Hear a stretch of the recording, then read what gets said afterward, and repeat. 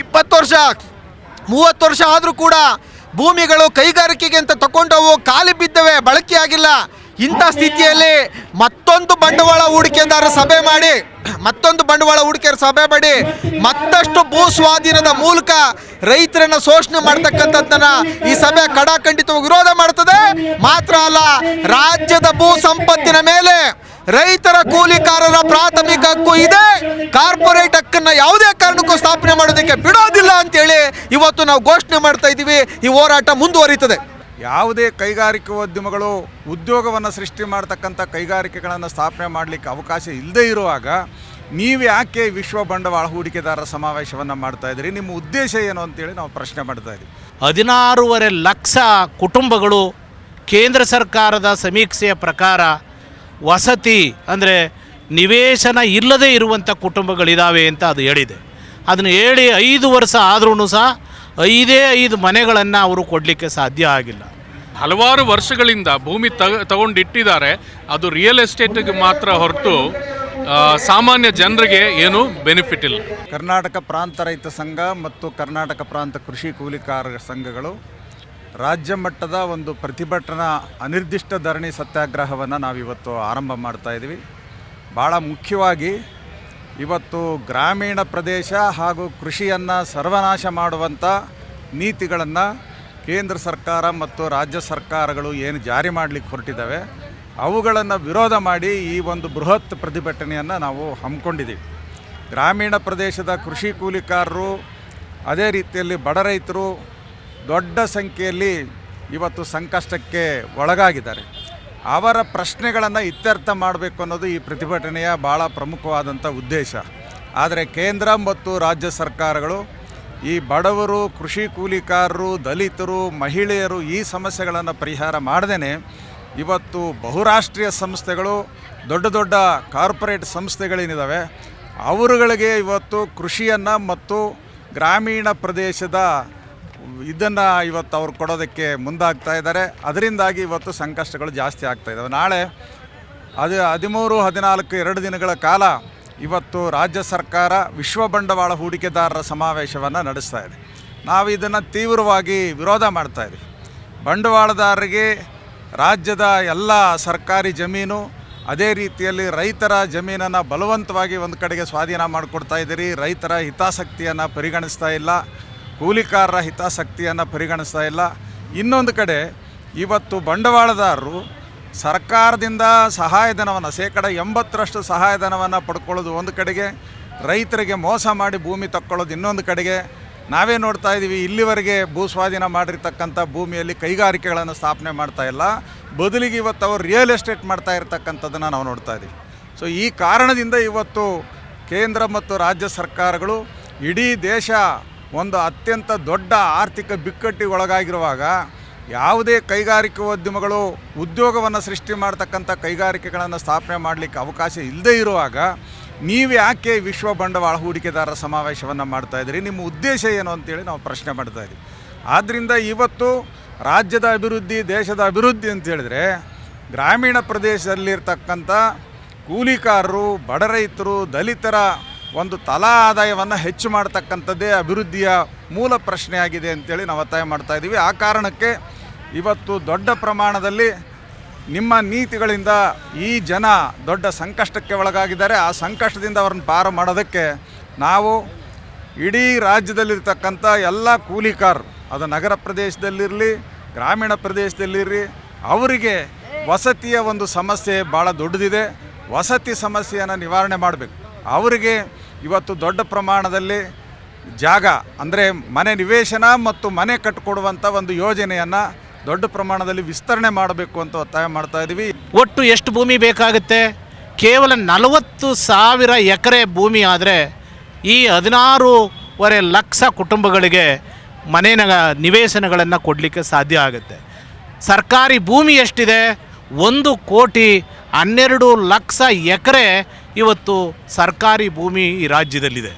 ಆದರೆ ಸರ್ಕಾರಿ ಭೂಮಿಯನ್ನು ಈಗಾಗಲೇ ಜಾಗತಿಕ ಬಂಡವಾಳವನ್ನು ಹೂಡಲಿಕ್ಕೆ ಏನು ಪ್ರಾರಂಭ ಮಾಡಿದಾರೋ, ಕರೆದಿದ್ದಾರೋ ಬೇರೆ ಬೇರೆ ದೇಶಗಳವರನ್ನು, ಅವರಿಗೆ ಬಕ್ಷೀಸ್ ಕೊಡಲಿಕ್ಕೆ ಈ ಸರ್ಕಾರ ಹೊರಟಿದೆಯೇ ಹೊರತು ಜಾತಕ ಪಕ್ಷಿಗಳಂತೆ ಕಾಯ್ತಾ ಇರುವಂಥ ಕೂಲಿಕಾರರಿಗೆ ಅಥವಾ ರೈತರಿಗೆ ಒಂದು ನಿವೇಶನವನ್ನು ಕೊಡಲಿಕ್ಕೆ ಸಾಧ್ಯ ಆಗ್ತಾ ಇಲ್ಲ ಅನ್ನುವಂಥದ್ದು ಭಾಳ ಪ್ರಮುಖವಾದದ್ದು. ಇದನ್ನು ನಾವು ಎರಡೂ ಸಂಘಟನೆಗಳು ತೀವ್ರವಾಗಿ ಖಂಡಿಸ್ತೇವೆ. ಉದ್ಯೋಗ ಖಾತ್ರಿ ಯೋಜನೆಯಲ್ಲಿ ಅಡಿ 200 ದಿನ ಕೆಲಸ ಹಾಗೂ ಹೆಚ್ಚು ಕೂಲಿ ಕೊಡ್ತೀವಿ ಅಂತ ಬಂದಿರೋ ಒಂದು ಸರ್ಕಾರ. ಆದರೆ ಈ 10 ವರ್ಷಗಳಲ್ಲಿ ರೈತರ ಆತ್ಮಹತ್ಯೆ ಹೆಚ್ಚಾಗಿದೆ. ಹತ್ರ 1,12,000ಕ್ಕೂ ಹೆಚ್ಚು ರೈತರು ಹಾಗೂ ಕೃಷಿ ಕೂಲಿಕಾರರು ಆತ್ಮಹತ್ಯೆ ಮಾಡಿದ್ದಾರೆ. ಅದೇ ಸಮಯದಲ್ಲಿ ವಲಸೆ ಕಾರ್ಮಿಕರು 3,25,000ಕ್ಕೂ ಹೆಚ್ಚು ಜನರು ಆತ್ಮಹತ್ಯೆ ಮಾಡಿದ್ದಾರೆ. ಆ ರೀತಿ ರೈತರು ಅತ್ಯಂತ ತೀವ್ರವಾದ ಬಿಕ್ಕಟ್ಟಿಗೆ ಸಿಲುಕಿ ಸಾಲದ ಕಾರಣ ಆತ್ಮಹತ್ಯೆ ಮಾಡೋ ಒಂದು ಪರಿಸ್ಥಿತಿ ಇದೆ. ಅದರ ವಿರುದ್ಧ ರೈತರ ಬೆಳೆಗಳಿಗೆ ನ್ಯಾಯವಾದ ಬೆಲೆ ಇರಬೇಕು, ಖರೀದಿ ಕೇಂದ್ರಗಳಿರಬೇಕು, ರೈತರ ಸಾಲ ಮನ್ನಾ ಮಾಡಬೇಕು, ರೈತರಿಗೂ ಕೃಷಿ ಕೂಲಿಕಾರರಿಗೂ ಭೂಮಿಯ ಹಕ್ಕು ಹಾಗೂ ಮನೆ ನಿವೇಶನ ಬೇಕಾದಷ್ಟು. ಈಗ ಗ್ಲೋಬಲ್ ಇನ್ವೆಸ್ಟರ್ಸ್ ಮೀಟ್ ಕೂಡ ನಡೀತಿದೆ. ನಮಗೆ ಎಲ್ರಿಗೂ ಗೊತ್ತಿದೆ ಈ ಭೂಸ್ವಾಧೀನ ಏನು ನಡೀತಿದೆ, ಈ ದೊಡ್ಡ ಬಂಡವಾಳ ದೊಡ್ಡ ಕಾರ್ಪೊರೇಟ್ ಕಂಪನಿಗಳಿಗಾಗಿ ಅದು ರೈತರ ಭೂಮಿಯನ್ನು ಸ್ವಾಧೀನ ಮಾಡೋ ಒಂದು ಪ್ರಯತ್ನ ಕೂಡ ಇದೆ. ಅದ್ರ ವಿರುದ್ಧ ಕೂಡ KIADB ತಗೊಂಡಿರುವ ಭೂಮಿ ಅದು ಇನ್ನೂ ಕಾರ್ಖಾನೆ ಹೆಸರಲ್ಲಿ, ಎಕ್ಸ್ಪ್ರೆಸ್ ವೇ ಹೆಸರಲ್ಲೆಲ್ಲ ತಗೊಳ್ತಿದ್ದಾರೆ. ಆದರೆ ಹಲವಾರು ವರ್ಷಗಳಿಂದ ಭೂಮಿ ತಗೊಂಡಿಟ್ಟಿದ್ದಾರೆ. ಅದು ರಿಯಲ್ ಎಸ್ಟೇಟಿಗೆ ಮಾತ್ರ ಹೊರತು ಸಾಮಾನ್ಯ ಜನರಿಗೆ ಏನು ಬೆನಿಫಿಟ್ ಇಲ್ಲ. ನೀವು ನಿಮ್ಮ ನೀತಿಗಳನ್ನು ಬದಲಾಯಿಸ್ಕೊಳ್ಳಿ, ಕಾರ್ಪೊರೇಟ್ ಪರವಾದ ನೀತಿಗಳನ್ನು ಬದಲಾಯಿಸ್ಕೊಳ್ಳಿ. ಅದಾನಿ, ಅಂಬಾನಿ, ದೊಡ್ಡ ದೊಡ್ಡ ಕಾರ್ಪೊರೇಟ್ ಉದ್ಯಮಿಗಳ ಪರವಾದಂಥ ನೀತಿಗಳು ಬದಲಾಯಿಸ್ಕೊಳ್ಳಿ. ರೈತ ಕೂಲಿಕಾರರ ಪರವಾದ ನೀತಿಯನ್ನು ಜಾರಿ ಮಾಡಿ. ರಾಜ್ಯದಲ್ಲಿ ರೈತರು ಹಲವಾರು ರೀತಿಯ ಸಂಕಟಗಳನ್ನು ನಿಮ್ಮ ನೀತಿಗಳ ಕಾರಣಕ್ಕಾಗಿ ಅನುಭವಿಸ್ತಾ ಇದ್ದಾರೆ. ಎಂಥ ಒಂದು ದೊಡ್ಡ ಅನ್ಯಾಯವನ್ನು ಮಾಡ್ತಾ ಇದ್ದೀರಿ ಅಂತ ಹೇಳಿದ್ರೆ, ರೈತರು ಕೂಲಿಕಾರರ ಮನೆ ನಿವೇಶನ, ಭೂಮಿ, ಬಗರುಕುಂ ಈ ರೀತಿಯ ಬೇಡಿಕೆಗಳಿಗೆ ಸಂಬಂಧಪಟ್ಟಂಗೆ ನಿರ್ಲಕ್ಷ್ಯ ವಹಿಸ್ತಕ್ಕಂಥ ನೀವು ಬಂಡವಾಳದ ಹೂಡಿಕೆದಾರರ ಸಭೆಗಳು ಅಂತೇಳಿ ಮಾಡಿ ಲಕ್ಷಾಂತರ ಎಕರೆ ಭೂಮಿಯನ್ನು ಅವರಿಗೆ ಮುಫತ್ತಾಗಿ ಕೊಡ್ತಕ್ಕಂಥ ಕೆಲಸವನ್ನು ನೀವು ಮಾಡ್ತಾ ಇದ್ದೀರಾ. ಬಂಡವಾಳ ಹೂಡಿಕೆದಾರರ ಸಭೆಯಿಂದ ರಾಜ್ಯದ ಅಭಿವೃದ್ಧಿಗೆ ಕಿಂಚಿತ್ತು ಸಹಾಯ ಆಗಲ್ಲ. ಯಾಕೆ ಅಂತ ಹೇಳಿದ್ರೆ, ಹಿಂದೆ ನೀವು ಬಂಡವಾಳ ಹೂಡಿಕೆದಾರರ ಸಭೆ ಮಾಡಿದಾಗ ಯಾವುದೇ ರೀತಿಯಲ್ಲಿ ಕೂಡ ಸಹಾಯ ಆಗಿಲ್ಲ. ಅದರ ಬದಲಾಗಿ ರೈತರ ಭೂಮಿಯನ್ನು ಕಸಿದುಕೊಂಡಿದ್ದೀರಾ. KIADB ಅನ್ನುವಂಥ ಒಂದು ಸಂಸ್ಥೆಯನ್ನು ಬಂಡವಾಳದಾರರು ಮತ್ತು ಕಾರ್ಪೊರೇಟ್ ಲೂಟಿಗೆ ಅನುಕೂಲ ಆಗುವಂಥ ರೀತಿಯಲ್ಲಿ ನೀವು ನಡೆಸ್ತಾ ಇದ್ದೀರಾ. KIADB ಕಾಯ್ದೆಯನ್ನು ರದ್ದು ಮಾಡಿ, KIADBಯನ್ನು ರದ್ದು ಮಾಡಿ. ಇದುವರೆಗೆ 96ನೇ ಇಸ್ವಿಯಿಂದ ಇದುವರೆಗೆ ಎಷ್ಟು ಭೂಮಿಯನ್ನು KIADB ಮೂಲಕ ವಶಪಡಿಸ್ಕೊಂಡ್ರಿ, ಎಷ್ಟು ಭೂಮಿಯಲ್ಲಿ ಕೈಗಾರಿಕೆಗಳು ಬಂದಿವೆ, ಎಷ್ಟು ಭೂಮಿ ಖಾಲಿ ಇದೆ ಅನ್ನೋದನ್ನ ಶ್ವೇತಪತ್ರ ಹೊಡೆಸೋದ್ರ ಮುಖಾಂತರ ಪ್ರಕಟ ಮಾಡಿ. ಆವಾಗ ಗೊತ್ತಾಗುತ್ತೆ ನಿಮ್ಮ ನಿಜವಾದ ಬಣ್ಣ. 20 ವರ್ಷ 30 ವರ್ಷ ಆದರೂ ಕೂಡ ಭೂಮಿಗಳು ಕೈಗಾರಿಕೆಗೆ ಅಂತ ತಗೊಂಡವು ಖಾಲಿ ಬಿದ್ದವೆ, ಬಳಕೆ ಆಗಿಲ್ಲ. ಇಂಥ ಸ್ಥಿತಿಯಲ್ಲಿ ಮತ್ತೊಂದು ಬಂಡವಾಳ ಹೂಡಿಕೆದಾರರ ಸಭೆ ಮಾಡಿ, ಮತ್ತಷ್ಟು ಭೂ ಸ್ವಾಧೀನದ ಮೂಲಕ ರೈತರನ್ನ ಶೋಷಣೆ ಮಾಡ್ತಕ್ಕಂಥದ್ದನ್ನ ಈ ಸಭೆ ಕಡಾಖಂಡಿತವಾಗಿ ವಿರೋಧ ಮಾಡ್ತದೆ. ಮಾತ್ರ ಅಲ್ಲ, ರಾಜ್ಯದ ಭೂ ಸಂಪತ್ತಿನ ಮೇಲೆ ರೈತರ ಕೂಲಿಕಾರರ ಪ್ರಾಥಮಿಕ ಹಕ್ಕು ಇದೆ. ಕಾರ್ಪೊರೇಟ್ ಹಕ್ಕನ್ನು ಯಾವುದೇ ಕಾರಣಕ್ಕೂ ಸ್ಥಾಪನೆ ಮಾಡೋದಕ್ಕೆ ಬಿಡೋದಿಲ್ಲ ಅಂತೇಳಿ ಇವತ್ತು ನಾವು ಘೋಷಣೆ ಮಾಡ್ತಾ ಇದ್ದೀವಿ. ಈ ಹೋರಾಟ ಮುಂದುವರಿತದೆ. ದೇವನಹಳ್ಳಿ ತಾಲೂಕು ಚನ್ನರಾಯಪಟ್ಟಣ ಹೋಬಳಿಯಲ್ಲಿ 3 ವರ್ಷಗಳಿಂದ ನಿರಂತರವಾಗಿ ರೈತರು ಭೂಮಿ ಕೊಡಲ್ಲ ಅಂತ ಹೋರಾಟ ಮಾಡ್ತಿದ್ದಾರೆ. 1777 ಎಕರೆ 13 ಹಳ್ಳಿಗಳು ಬರ್ತವೆ. ನಾವು ಭೂಮಿ ಕೊಡಲ್ಲ ಅಂತ. ಯಾಕೆ ಅಂದರೆ ನಾವು ಫಸ್ಟ್ ಫೇಸಲ್ಲಿ, ಸೆಕೆಂಡ್ ಫೇಸಲ್ಲಿ, ಥರ್ಡ್ ಫೇಸಲ್ಲಿ ಬೇರೆ ಬೇರೆ ಅಭಿವೃದ್ಧಿ ಕಾಮಗಾರಿಗಳ ಹೆಸರಿನಲ್ಲಿ ಭೂಮಿ ಕಳ್ಕೊಂಡಿದ್ದೀವಿ. ಈಗ ನಮ್ಮ ಹತ್ರ ಇರುವಂಥದ್ದು ಅರ್ಧ ಎಕರೆ, 1 ಎಕರೆ, 2 ಎಕರೆ ಜಾಗ. ಅದನ್ನು ಕೊಟ್ಟು ನಮಗೆ ಎಲ್ಲೋಗ್ಬೇಕು ಅಂತ ಗೊತ್ತಿಲ್ಲ. ನಮಗೆ ಕೃಷಿ ಬಿಟ್ಟು ಬೇರೆ ಉದ್ಯೋಗ ಬರಲ್ಲ. ಹಾಗಾಗಿ ನಾವು ಈ ಭೂಮಿ ಕೊಡಲ್ಲ ಅಂತ ಹೋರಾಟ ಮಾಡ್ತಾ ಇದ್ದಾರೆ. ಇಲ್ಲಿ ತನಕ ಎಲ್ಲ ಸರ್ಕಾರಗಳು ಬಂದೋಗಿದ್ದಾವೆ. JDS ಕುಮಾರಸ್ವಾಮಿ ಅವರು ಮುಖ್ಯಮಂತ್ರಿ ಆಗಿ ಆಯಿತು, ಯಡಿಯೂರಪ್ಪ ಅವರು ಮುಖ್ಯಮಂತ್ರಿ ಆಗಿ ಆಯಿತು, ಈಗ ಸಿದ್ದರಾಮಯ್ಯನವರು ಮುಖ್ಯಮಂತ್ರಿಗಳಾಗಿದ್ದಾರೆ. ಯಾರೂ ಕೂಡ ಈ ರೈತರ ಅಹವಾಲನ್ನು ಕೇಳಿಸ್ಕೊಳ್ಳೋದಕ್ಕೆ ಬಗೆಹರಿಸೋದಕ್ಕೆ ತಯಾರಿಲ್ಲ. ಇವತ್ತು ಆ ಪ್ರದೇಶದಿಂದ ದೊಡ್ಡ ಮಟ್ಟದಲ್ಲಿ ರೈತರು ಬಂದು ಇಲ್ಲಿ ಭಾಗವಹಿಸ್ತಾರೆ, ಹಗಲು ರಾತ್ರಿ ಇಲ್ಲಿ ಉಳಿತಾರೆ, ಭೂ ಸ್ವಾಧೀನ ಕೈ ಬಿಡಬೇಕು ಅನ್ನುವಂಥ ಒತ್ತಾಯವನ್ನು ಮಾಡ್ತಿದ್ದಾರೆ. ಆ ಹೋರಾಟದಲ್ಲಿ ರೈತರು ಪೊಲೀಸ್ ಸಂಘರ್ಷವನ್ನು ಎದುರಿಸಿದ್ದಾರೆ, ಅಲ್ಲಿ ಎಲ್ಲ ರೀತಿಯ ದೌರ್ಜನ್ಯವನ್ನು ಎದುರಿಸಿದ್ದಾರೆ. ಬೇಕಾದಷ್ಟು ಸುತ್ತುಗಳ ಮಾತುಕತೆ ಸರ್ಕಾರದ ಜೊತೆನೂ ಆಗಿದೆ. ಆದರೆ ಸರ್ಕಾರ ಅನಗತ್ಯವಾಗಿ ಮೊಂಡು ಹಠ ಮಾಡ್ತಾ ಇದೆ, ಭೂಮಿ ಬಿಟ್ಕೊಡಲ್ಲ ಅಂತ.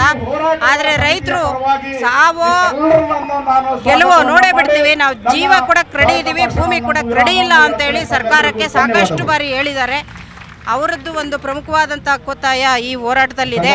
ಇದೇ ರೀತಿ ಒಳಗಡೆಗೆ ಇಡೀ ರಾಜ್ಯದ ಎಲ್ಲ ಜಿಲ್ಲೆಗಳಿಂದ ರೈತರು ಮತ್ತು ಕೃಷಿ ಕೂಲಿಕಾರರು ಈ ಹೋರಾಟದಲ್ಲಿ ಭಾಗವಹಿಸಿದ್ದಾರೆ. ಹಗಲು ರಾತ್ರಿ ಇಲ್ಲಿ ನಡೀತದೆ ಈ ಹೋರಾಟ. ನಮ್ಮ ಕಾರ್ಯಕ್ರಮಗಳನ್ನ ನೀವು ನೋಡ್ತಾ ಇದ್ರೆ ನಮ್ಮ ಚಾನೆಲ್ ಅನ್ನ ಸಬ್ಸ್ಕ್ರೈಬ್ ಮಾಡಿ, ಪಕ್ಕದ ಬೆಲ್ ಐಕನ್ ಒತ್ತಿ ನಮ್ಮನ್ನ ಬೆಂಬಲಿಸಿ. ಹಾಗೆ ನಮ್ಮ ಕಾರ್ಯಕ್ರಮಗಳನ್ನ ಲೈಕ್ ಮಾಡಿ, ಕಮೆಂಟ್ ಮಾಡಿ, ಅದನ್ನ ಬೇರೆಯವರಿಗೂ ವಾಟ್ಸ್ಆಪ್ ಮೂಲಕ ಶೇರ್ ಮಾಡಿ. ನೀವು ಹೀಗೆ ಮಾಡಿದಾಗ ನಮ್ಮ ಚಾನೆಲ್ ಮತ್ತಷ್ಟು ಜನರಿಗೆ ತಲುಪಲು ನೀವು ನಮ್ಮೊಂದಿಗೆ ಸಹಕರಿಸಿದ ಹಾಗಾಗುತ್ತೆ. ಇದು ನೀವು ಯಾವುದೇ ಖರ್ಚಿಲ್ಲದೆ ಕೆಲವೇ ಸೆಕೆಂಡುಗಳಲ್ಲಿ ನೀಡಬಹುದಾದ ಸಹಕಾರ. ಧನ್ಯವಾದಗಳು.